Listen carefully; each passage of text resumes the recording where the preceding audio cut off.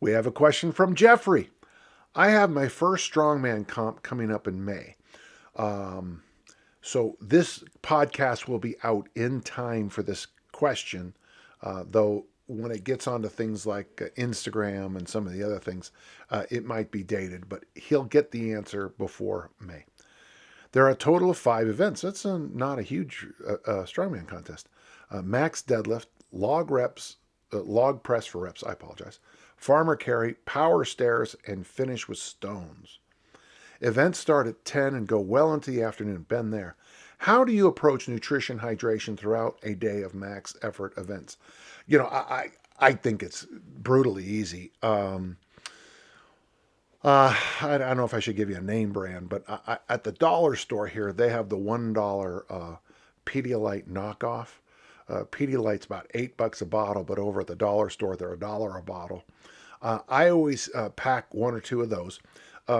I would get yourself a good sized cooler, and there's a couple things you can do. First, sandwiches might be one of the worst things you can do for caloric density. They have too many calories per bite, but in a strongman competition, it's not a bad idea. You can either make sandwiches before or do what I used to do. I would bring a loaf of bread, a mustard, squeeze top mustard, a squeeze mayonnaise, and then various lunch meats. And I know they're bad for you, and various cheeses, and I know cheese is bad for you. Let's see, what's good for you anymore? I don't remember.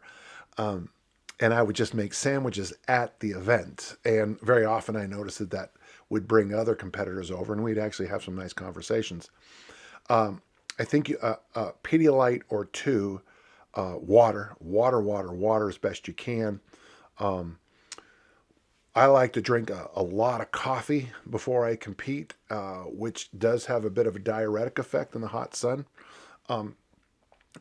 What I've picked up through the years, and I wish I'd have been better about it, I never worried about sunburn or getting too hot from the sun. I do think in hindsight that a few times when I wore my river hat, if you've ever seen when I was on the Nile, I used to wear my Indiana Dan hat versus Indiana Jones. If I would wear that at a competition, keeping the sun off the top of my head and then around the ears and brim seemed to help me a lot. There's some ugly hats you can buy. Wearing your sunglasses helps you a little bit too. I know, odd. Hat and sunglasses, why does that help? I don't know. But the constant beating down of the sun adds up. I know a lot of people bring those camper chairs, the canvas ones. I always find the one I'm sitting in right now, I like to bring a church chair or two. I call folding the heavy duty folding chairs. I find them a lot better. Those canvas chairs where you sink into them. This is going to sound, again, people listening are probably going, what a bunch of wimps. But getting out of those canvas chairs, they're with the armrests are here, and then you sink way down, especially if you weigh, what a strongman or Highland gamer wears. Your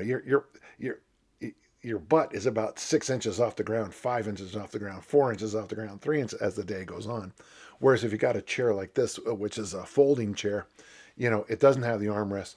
You can sit down and then you can just roll up and go. And I know it sounds like a small thing. So big cooler, couple Pedialytes, maybe throw in an extra one for an emergency, like if somebody else bonks, in the American sense, not in the European sense. Well, they might, after bonking, they might need something too. A hat that doesn't make you look like a total idiot. Sunglasses, appropriate amounts of food. Those are the things that help me the most in the packing. I would try, if I were you, to have my pack. If the event's on Saturday, I would have the bulk of my packing done on Wednesday. I mean, it doesn't mean necessarily I would have every sandwich made or anything, but I would have the cooler ready to go, the chairs ready. If I'm driving to the event, the chairs and the cooler are already in the vehicle. In some cases, just ready to go, and we just bring out the few supplies the morning of or the night before. Let's continue.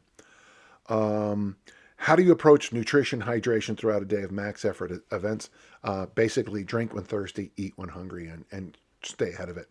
Oh, and by the way, if you can get a big carafe of coffee or whatever you like to drink that's energy, I personally like coffee. I know some of these other guys drink these magic can drinks. I don't trust the chemicals in those. How do you approach rewarming back up before each event? Basically, I don't do very much at all.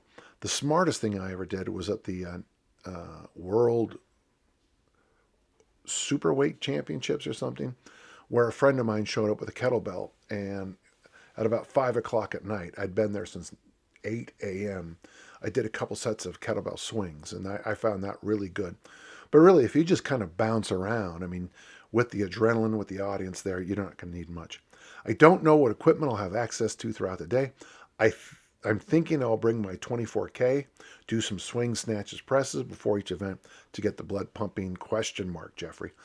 I think that's a really good idea. And one thing, if you can, I always put the kettlebell in the back seat, and then I put the seat belt shoulder thing through it, and I really lock it down tight in the back seat of a car. I don't know if you can have your kids or dogs or whatever, but a kettlebell will do more damage to a car on a quick stop than anything I've ever discovered in my life. And so I think you'll be happy that you locked and loaded it in. And good luck to you, Jeffrey. I hope you do well. Okay? Bye-bye.